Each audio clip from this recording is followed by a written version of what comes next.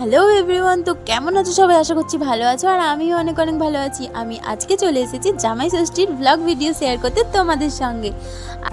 তোমাদেরকে তো আমি আগেই বলেছিলাম যে আমি জামাই ষষ্ঠী ব্লগ নিয়ে খুব তাড়াতাড়ি আসছি।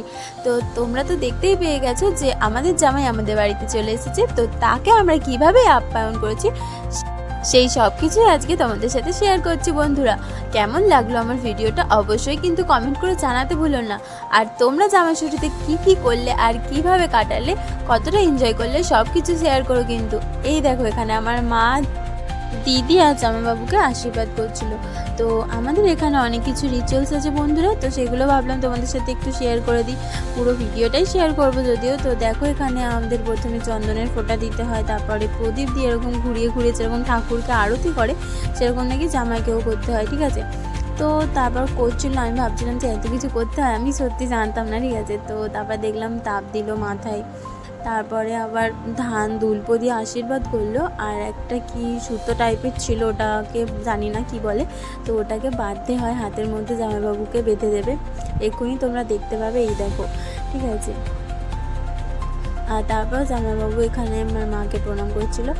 তো এই যে টেবিলটা সাজানো আছে দেখছো, এটা কিন্তু পুরোটাই আমি সাজিয়েছি। কেমন হয়েছে সাজানো অবশ্যই কিন্তু কমেন্ট করে জানাতে ভুলো না। আর এটা কিন্তু সকালবেলা রান্না করেছিল মা লুচি, আলুর দম, চানা পানির, পায়েস, আর বাইরে থেকে মিষ্টি আর ফল আনা হয়েছিল।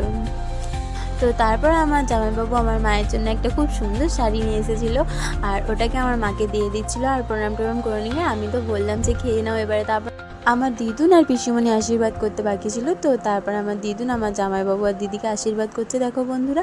আর আমার পিসিমণি এর পরে করবে। আচ্ছা, তোমাদের বাড়িতে জামাই ষষ্ঠীর কী কী নিয়ম আছে একটু আমাদের কমেন্ট করে জানিও তো। আমাদের বাড়িতে তো এইটুকুই নিয়ম আছে। তো দেখো, এখানে টেবিলটা কত সুন্দর সাজানো হয়েছে। আমি তো শুধু টেবিলটার দিকেই দেখছিলাম, আর এখানে আমার পিসিমণিও আশীর্বাদ করে দিল। তো তারপর আমার দাদা ভাবছে কোনটা ছেড়ে কোনটা খাবো, সেজন্য খাবারগুলোর দিকে শুধু তাকিয়েই বসে আছে, খেতে আর শুরু করছে না। অনেক করে বলছিলাম যে খেয়ে নাও ঠান্ডা হয়ে যাবে। তো তারপরে খাওয়া দাওয়া শুরু করলো। তো তারপর তো আমাদের সকালের ভুরিভোজ শেষ করে আবার দুপুরের ভুরিভোজে পালা। তো দুপুরবেলা আমার জামাইবাবু আবার খেতে বসে পড়েছে। আর আজকে আমাদের রান্না হয়েছিল দেখো, ভাত, আলু ভাজা।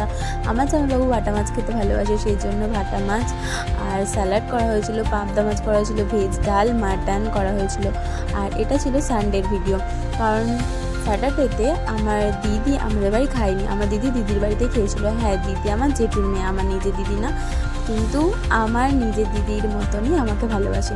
তো তারপর আমার মা আমার দিদিকে গিফট দিচ্ছিল, আর পিসিমণি আর আমার দিদুনকেও দিচ্ছিল। তো জামাইবাবুর জন্য একটা খুব সুন্দর স্যুট এনেছিল বাবা, আমার তো খুব পছন্দ হয়েছে।